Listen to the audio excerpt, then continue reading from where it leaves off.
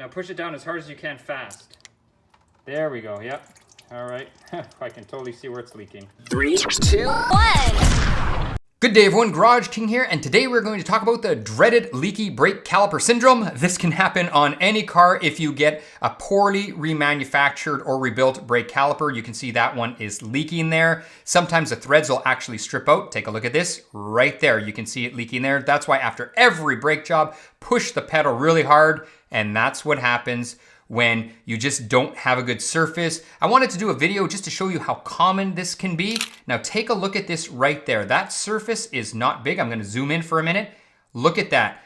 Many times the copper washer will not seal no matter how much torque you put on it. And eventually you're gonna over torque it to the point where the threads strip out. And sometimes, like I mentioned earlier, the threads are actually bad. So how are we gonna fix that? We are going to take our right angle grinder with a special polishing pads. Now these are just these different abrasive pads you can buy. You can get them at any of your local hardware stores usually.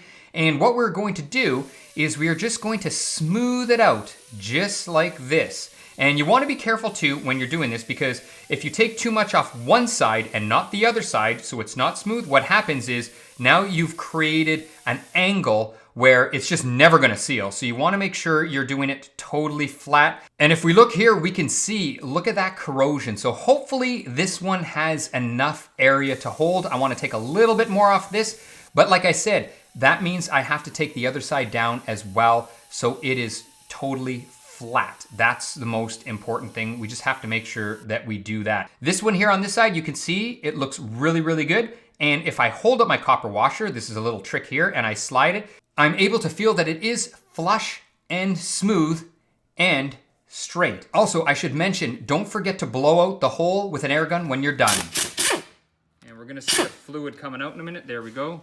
Now it's time to change the brake hose over, so I'm going to remove the old copper washers because they obviously have been crushed. I'm going to put on new copper washers. I'm going to thread the bolt in by hand and then torque it down. You wanna make sure you thread it in by hand and then torque it down. This way you know it's not cross-threaded. And then we are going to bleed the brakes. Okay, push the pedal down.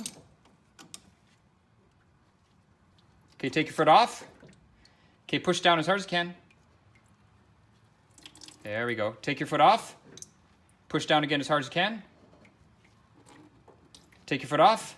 And you are gonna repeat this process until you have clear brake fluid and no bubbles. Now there are quicker ways to bleed the brakes. You can use a pressure bleeder or a vacuum bleeder, but for the purposes of this video, I wanted to keep it simple because some people may not have that. So next up, we are going to check for leaks. All right, start her up. All right, now, what I want you to do, okay, I need you to push on the brakes as hard as you can. And you're pushing hard. And there you can see in the video, we have absolutely no leaks. So this is great. Our caliper has been installed with no leaks. So hopefully you've enjoyed the video. If you have any questions, comments, or concerns, please leave them below. I am GarageKing. Thank you, everybody. Okay, that's good. Thank you. You can turn it off. And straighten the wheels back up. I'll put it back together.